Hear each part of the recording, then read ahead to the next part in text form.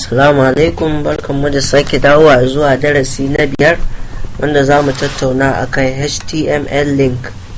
HTML link tag, kamar yadda kuka ji sunan shi, tag ne wanda ake amfani da shi gurin hada pages ko in ce gurin hada side to side, daga wani side ka tai wani side ko daga wani page ka je wani page.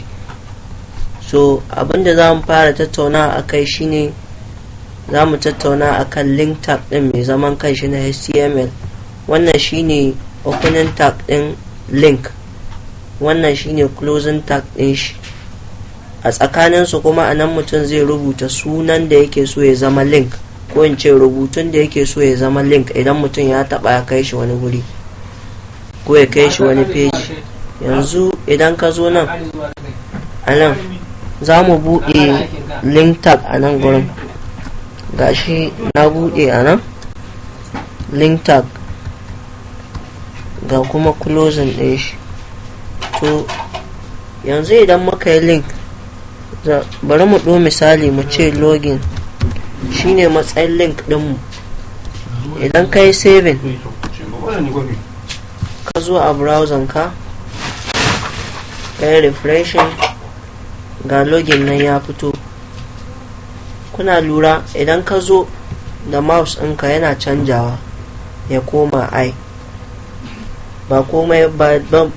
Dalilin haka kuma shine saboda ya zama link ne amma bai tabuwa.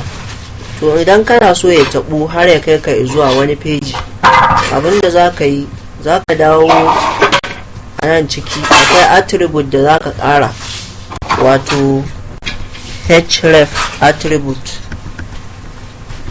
Href gashi wannan href, hyperlink ref. Idan ka zo a nan tsakankanin wannan double quote din, a nan mutum zai sa inda yake son link ɗin shi ya kai shi. Yanzu idan muka bar shi haka muka yi saving, idan ka zo nan ka yi refreshing za a ga abin da zai yi. Idan kuka lura ya canza kala kuma ya yi layi a ƙasa, alamu ya nuna cewa link ne kuma yana zuwa wani guri, amma ba mu gaya mai ga inda zai je ba.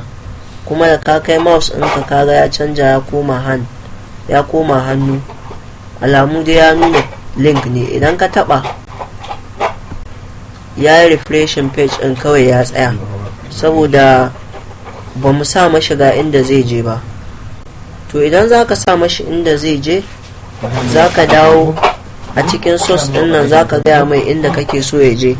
Mu muna so ya je Google, za mu sa www.google.com.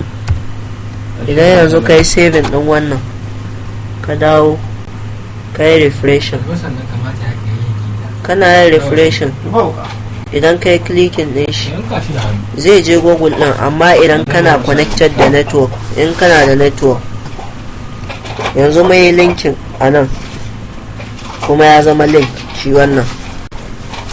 Abinda za mu tattauna a gaba shine yadda za ka yi link na pages guda biyu. Kamar yanzu a ce kaga muna da wannan page ɗin mai suna my page, muna so kuma mu yi wani page wanda za mu yi linkin da shi.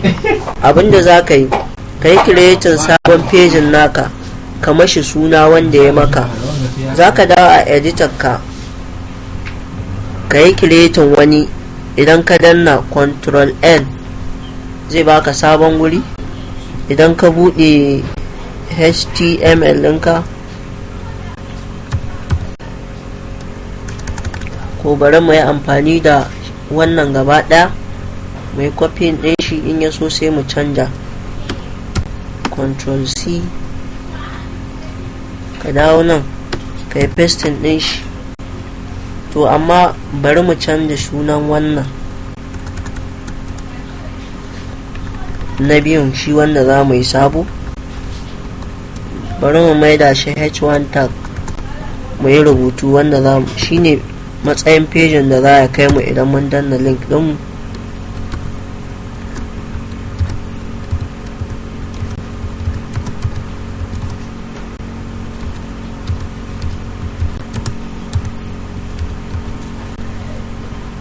kamar yadda kuke gani wannan shine second page namu wanda za mu yi creating. Idan kai saving din shi sai ka tabbatar ka yi saving din shi inda ɗayan wancan page ɗin yake, page.html, shi ma ka ajiye shi gurin in kana so ba za ka wahala ba. Idan kuma ka kai shi wani wuri kamar yadda muka nemo source ko kuma yance kamar yadda muka duba properties na image, idan za ka ɗauko haka shi ma za ka yi ka ɗauko sunan shi a can properties sannan ka je ka yi linki, amma haka sai ya fi sauki ka sa a guri ɗaya. Wannan bari mu ba shi suna second.html.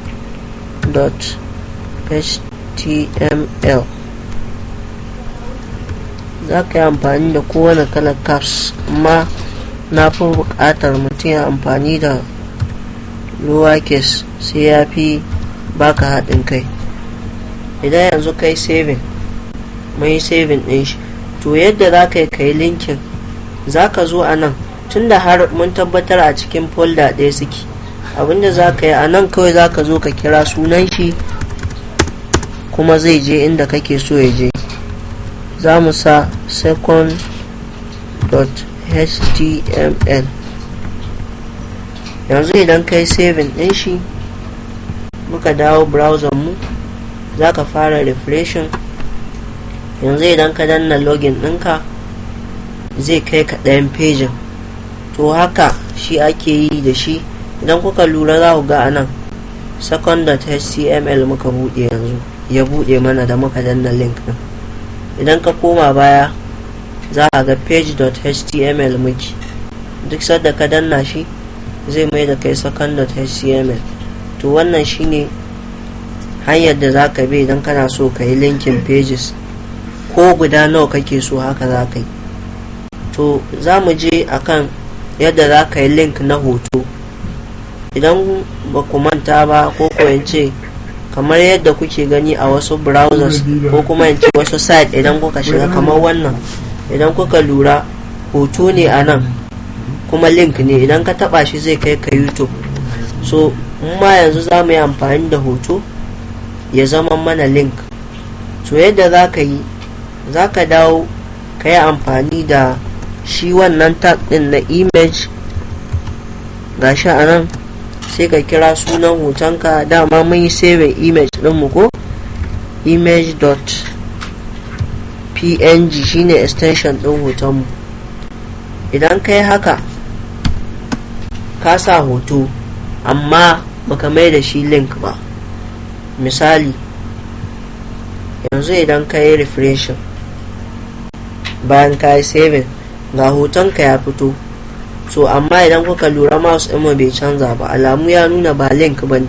to idan za ka mai da shi link, abinda kawai za ka yi, za ka dawo nan farko ka buɗe tag ɗinka na link haka, sai ka zo nan ka rufe tag ɗinka na link. abinda za ka yi kenan. idan ka yi haka ya zama link, amma ka sani ba zai je ko ina ba har sai ka ƙara attribute ɗin shi na href, ka gaya mashi inda kake so ya je. kamar yanzu mu sa mashi shi ma ya je wannan second page ɗin namu wanda muka yi creating, ko in ce wanda muka hada. yanzu idan ka yi paste, mai saving, mu koma a browser mu, sai ka yi refreshing.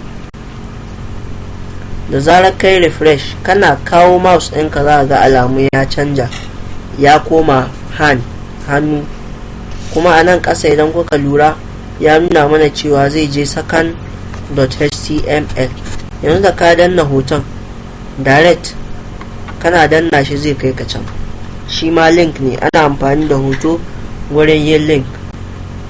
so yanzu bayan yin link da hoto, za mu tattauna akan yadda kuma za ka yi link na button, wato madanni.